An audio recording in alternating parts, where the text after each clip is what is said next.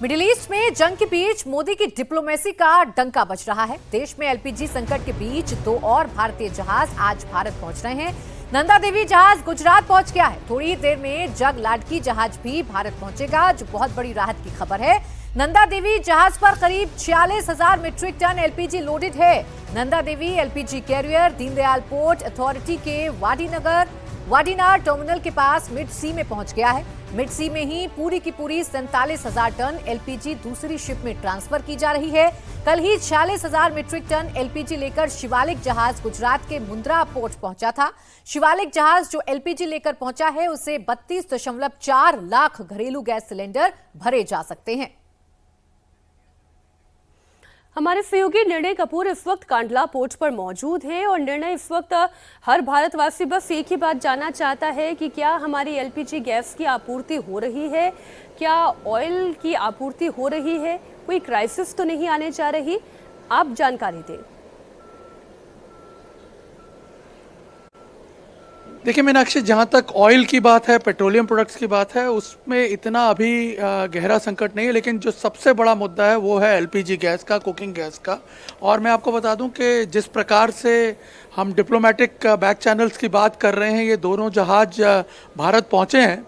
लेकिन यहाँ एक और इम्पॉर्टेंट चीज़ मैं मेंशन कर दूं कि जिस प्रकार से डिस्ट्रीब्यूशन किया जा रहा है, उसमें भी आप देखेंगे अगले 3-4 दिन में जो पूरा पेनिनसुला रीजन है उसको कवर कर लिया जाएगा। कच्छ से लेकर के वेस्ट बंगाल तक पूरा जो हमारा कोस्टल लाइन है उसको कवर कर लिया जाएगा।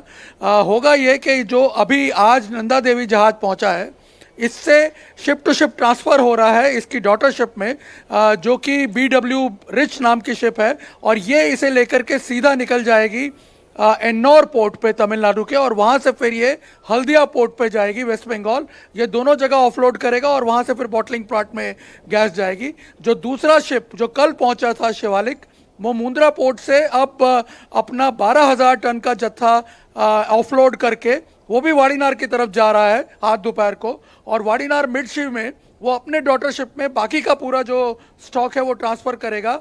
उसका नाम है अपोलो ओशन।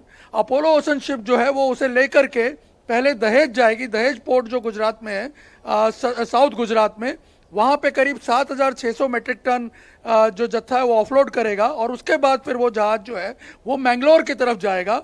मैंगलोर में 2 टर्मिनल हैं, मैंगलोर MGIL और एजिस का टर्मिनल है। वहाँ पे 16,000 मीट्रिक टन और 9,000 मीट्रिक टन जो गैस का जत्था है वो डिस्ट्रीब्यूट किया जाएगा। तो ये एक तरह से पूरा का पूरा जो वेस्ट टू ईस्ट, जो पूरा साउथ को कवर करते हुए जो पेनिनसुला रीजन है हमारा, उसको ये कवर कर लिया जाएगा, ताकि देश के हर कोने में रिक्वायरमेंट के हिसाब से जितना मतलब तो निर्णय ये हुआ ना कि एलपीजी है तो इंडियन ऑयल की तरफ से इनिशिएट किया जा रहा है। जी, इसका मतलब तो यही हुआ ना निर्णय कि एलपीजी है तो बिल्कुल, लेकिन उसका डिस्ट्रीब्यूशन ठीक तरीके से नहीं हो रहा है और सारी पैनिक बाइंग की वजह से ये प्रॉब्लम और ग्रेव होती जा रही है। जी बिल्कुल, इनफैक्ट अब ये कोशिश की जा रही है और ये स्टेप इसलिए लिया गया है, सी रूट को इसलिए अडॉप्ट किया गया है क्योंकि अगर इनको पोर्ट पे उतार दें और फिर अगर आप रोड के जरिए पहुंचाएंगे, मान लीजिए आपको कंडला से हल्दिया पहुंचाना है कलकत्ता, तो 26 दिन का समय लगता है। लेकिन अगर ये ट्रांसफ़र करके और जो इसका कैरियर है वो इसे हल्दिया पहुंचाएगा तो 4 से 5 दिन का समय महज लगेगा।